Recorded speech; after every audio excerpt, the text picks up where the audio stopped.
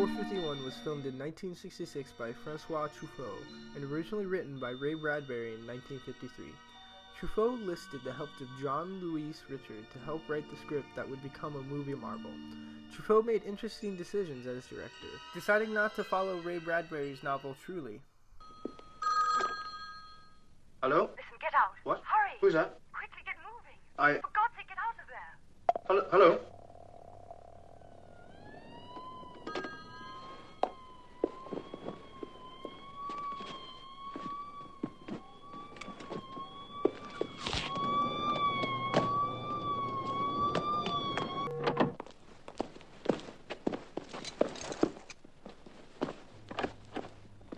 In the beginning of the film, Truffaut focuses on creating a scene not giving any indication as to who the main character is, and we see the firemen for who they truly are without any pretense. This is in contrast to the beginning of the novel, in which the reader is hit with all of Montag's emotions and thoughts concerning what is happening around him. Truffaut shows us the main conflict of the film right away, with the first book person running away from the firemen. I think we're neighbours. I live near Block 813. Isn't that where you live? Yes, I do. Do you know we make the same trip together almost every day? Do we? That's why I thought to myself, well, we ought to talk to each other. Do you mind? Me talking, I mean. No, go ahead, talk. I can't promise to think of anything to answer, though. Don't you worry about that. Once I get started, nothing can stop me. My uncle says I'm a veritable well of words. Hasn't this uncle of yours ever warned you never to speak to strangers? No. He did say once, if anyone asked how old I was, to say I was 20 years old and light in the head. They always go together. The major difference between Bradbury's novel and Truffaut's film was that Truffaut decided to change and even leave out certain characters. One big example is Clarice. Bradbury describes Clarice as a young 17-year-old student, while Truffaut has her being a 20-year-old teacher.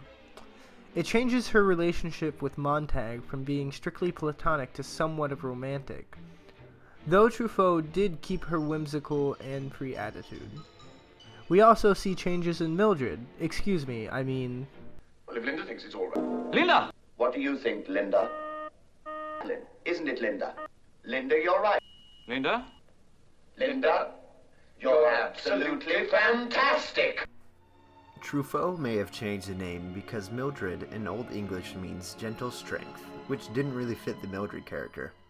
So Truffaut changed the name to Linda, meaning soft and tender. We see this reflected throughout the movie, especially when interacting with Montag. For example, when Linda decides to get intimate with Montag after her pill escapade was over, it shows that there is still a passion within their relationship, while in the book there is no scene indicating that Mildred and Montag still have a passionate relationship. One of Truffaut's more effective personal touches to the film was his decision to cast Julie Christie to play the roles of Linda and Clarice. While Bradley only slightly alludes to the similarity between the two characters, Truffaut plays on the symbolism even more. While Linda symbolizes conformity, Clarice symbolizes nonconformity and questioning of authority. While the two are complete opposites, the fact that they are played by the same actress shows us that they are actually two different sides of the same coin.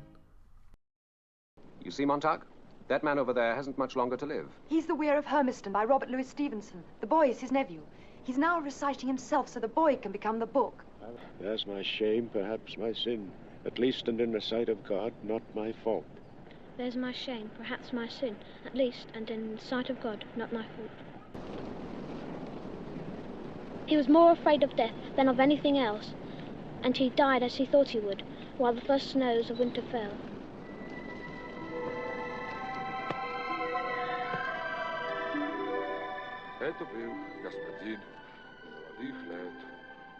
For the ending of the story, Truffaut chooses a different route than Bradbury and adds a happier ending.